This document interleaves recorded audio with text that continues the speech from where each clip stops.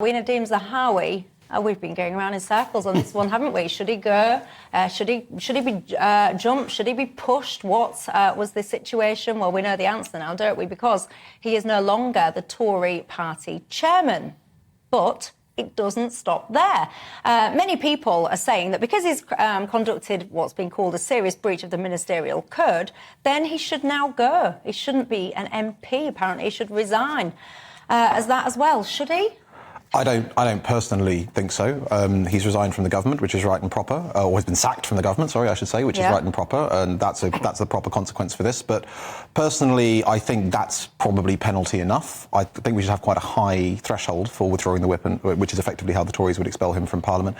And also, to make a slightly broader point, I think if we want more people to own up to doing things wrong and to kind of get back to this culture where people resign and put their hands up, then on our part, that would probably require us to be more forgiving, right? We can accept that when someone's done something wrong and they've paid a penalty, we don't then press on and demand that they lose their entire career. Because if the price of being caught is losing everything, people are just more likely to double down, to hide, to send those threatening lawyers' letters that apparently Nadhim Zahawi's team was sending. So no, I think it's right that he's left the cabinet. But I don't think that the Tory party should expel him. Oh, you're a forgiving man. Are you as forgiving as him, John? Well, it's in the interest of the Labour Party that Nadhim Zahawi hangs around the Tory party like a bad smell. It's in the interest of justice that he goes and goes completely. What he's done is a joke. He's having a laugh at the entire country. £5 million he's had to pay to the tax authorities, which includes a massive fine.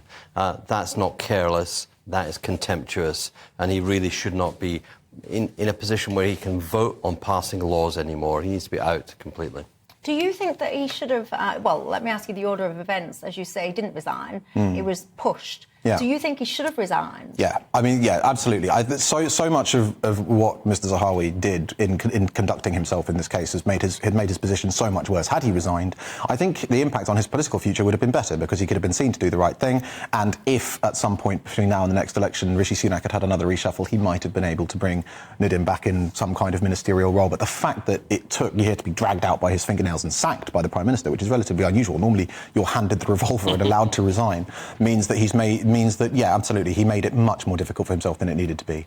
But then you surprised me by saying all that and then saying, but, let him keep his job, essentially, his primary job of being an MP. I mean, fundamentally, maybe I'm overcorrecting, but I think one of my big concerns about politics generally at the moment is that public attitudes towards MPs are so caustic, and, they're exposed to so much that I do want MPs to behave better, and I do want them to be more willing to own up to when they've done something wrong. But I think that part and parcel of that is that there does need to be a way for them to pay a debt without completely immolating their political careers. Now, he has been sacked. I think he'll languish on the back benches, but withdrawing the whip, for me, personally, maybe I'm wrong, it's not something that I feel particularly strongly about. He repeatedly lied. Asked by journalists, he said there wasn't an inquiry into him. And he clarified it later to the inquiry, going, well, people were asking questions, but that's not like an inquiry into me. He threatened journalists who were asking him to confirm something that was true. He threatened them with libel. That is unacceptable by a public... an MP should not threaten a journalist with libel when they're asking something that the MP knows to be true. That is intimidatory power. It's using your wealth. It's trying to keep the truth from the viewers, keep the truth from the voters. It's gone beyond, and the fact he had to be dragged out suggests that he didn't really believe his behaviour was wrong in any way. And that, you maybe can forgive people if they accept that they were wrong. He's fighting this. He's briefing in the papers. He believes he's been badly treated. I think he should be kicked into touch completely.